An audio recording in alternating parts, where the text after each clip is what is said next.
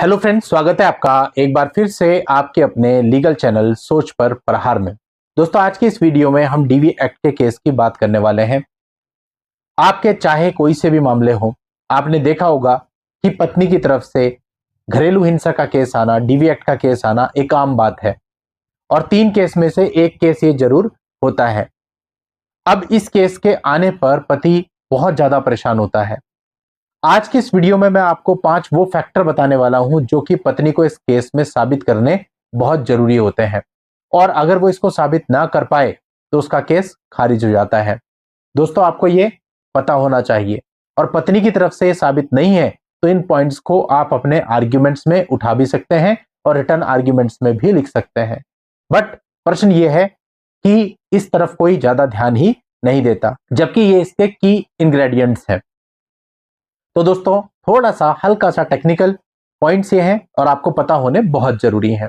तो चलिए आज के इस वीडियो की शुरुआत करते हैं। और अभी तक भी अगर आपने चैनल को सब्सक्राइब नहीं किया है तो फटाफट चैनल को सब्सक्राइब करके नोटिफिकेशन बेल पर जरूर क्लिक कर लें ताकि आपको इस प्रकार के वीडियोज निरंतर मिलते रहें। साथ ही दोस्तों, एक छोटी सी इंफॉर्मेशन, जो वीडियो आपके लिए जिस तरह से हम ला रहे हैं ये ऐसे ही आते रहेंगे, लेकिन इसके अतिरिक्त चैनल मेंबर्स के लिए अब स्पेशल वीडियोज भी आया करेंगे। चैनल पर ज्वाइन का बटन होता है, ज्वाइन के बटन पर क्लिक करके आपको मेंबरशिप के सारे ऑप्शन मिल जाते हैं। अगर आप चाहें तो वहां से मेंबरशिप भी ऑप्ट कर सकते हैं। चलिए दोस्तों, अब हम आज के इस टॉपिक को कंटिन्यू करते हैं। DV act. डीवी एक्ट के अंतर्गत एक महिला आपसे मेंटेनेंस, इंट्री मेंटेनेंस, कंपनसेशन, अपने स्त्रीधन की वापसी, बच्चा है तो उसकी कस्टडी और अन्य मॉनेटरी रिलीफ, रेसिडेंशियल राइट, ये सारी चीजें मांगती है। अब दोस्तों, जो डीवी एक्ट है वो अपने आप में कुछ चीजों का वर्णन करता है। वो ये कहता है कि ये जो केस है ये कोई भी महिला अपनी तरफ से फाइल कर सकती है। ना सिर्फ पत्नी, बेटी भी फाइल कर सकती है, भाभी भी फाइल कर सकती है, मां भी फाइल कर सकती है और कोई भी अन्य लेडी फाइल कर सकती है जिसके साथ ऐसा हो रहा है, घरेलू हिंसा हो रही है। अब अगर आपके मामले में ऐसा है कि आपका कहना है कि पत्नी ने आपके ऊपर पूर्ण रूप से झूठा केस दर्ज करा दिया है, अब सबसे पहली चीज, सबसे पहली कंडीशन, ये जो इस मामले को दर्ज कराता है वो जिन जिन व्यक्तियों पर इस मामले को दर्ज कराता है उनके साथ में उसका घरेलू संबंध हो। कुछ मामलों के अंदर क्या होता है कि परिवार वालों के साथ घरेलू संबंध होता ही नहीं, तो हमने आपको हमेशा बोला अगर आपके पास उसका प्रूफ है आप सिंपल डिस्चार्ज पिटीशन लगाओ और अब ऑनरेबल सुप्रीम कोर्ट की गाइडलाइन के अकॉर्डिंग आप सीधा हाई कोर्ट में क्वेश्चन के लिए भी जा सकते हो। वो सारी चीजें बता सकते हो कि साहब इनके साथ तो कोई घरेलू संबंध ही नहीं था। इवन कुछ मामले ऐसे भी होते हैं जब पति के साथ भी घरेलू संबंध नहीं होता, शादी हुई, वो आई और अगले दिन ही मायके चली गई। तो जहां पति के साथ भी घरेलू संबंध नहीं है वह पति भी अपनी तरफ से मामले को खारिज करने का आवेदन हाई कोर्ट से कर सकता है कि घरेलू संबंध नहीं रहा। यानी पहला पॉइंट है घरेलू संबंध यानी डोमेस्टिक रिलेशनशिप, जो कि मैंडेटरी है इस केस को चलाने के लिए। यदि डोमेस्टिक रिलेशनशिप नहीं है यह केस नहीं चल सकता। सेकंड चीज, जिन व्यक्तियों पर यह केस दर्ज कराया जा रहा है पत्नी को यह साबित करना होगा कि उन व्यक्तियों के द्वारा उसके ऊपर घरेलू हिंसा कारित की गई है। अगर वो कुछ भी साबित नहीं कर पाती, कोई एविडेंस नहीं देती, उसके क्रॉस में ऐसा कुछ निकल के आ जाता है जिससे यह पता चलता है कि घरेलू हिंसा कभी हुई ही नहीं है, तो भी उसको किसी भी प्रकार का रिलीफ नहीं मिल सकता।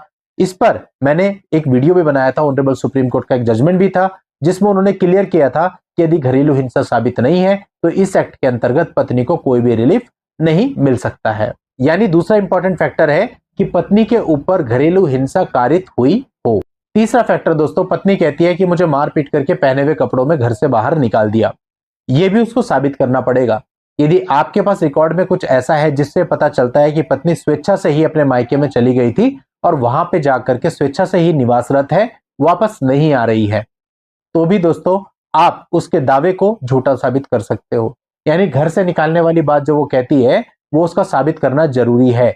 और इसका अपोजिट अगर हो जाता है कि आप साबित कर देते हो कि अपनी मर्जी से गई थी, तब भी उसको कोई रिलीफ नहीं मिलेगा। चौथा पॉइंट, पत्नी का आरोप होता है कि आपने स्त्रीधन रख लिया है।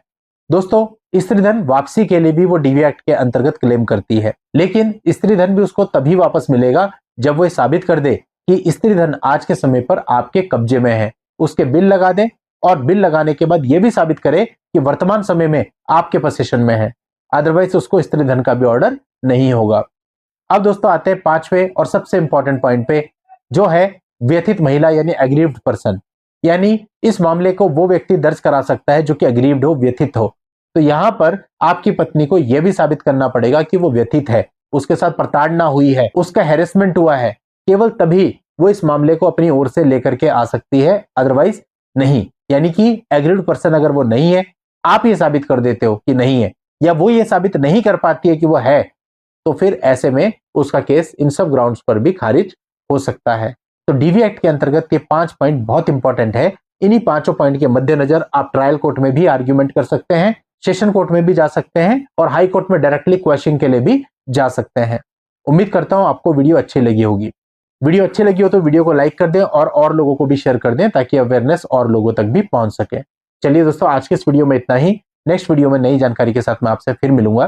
तब तक के लिए good bye and thank you for watching. Take care.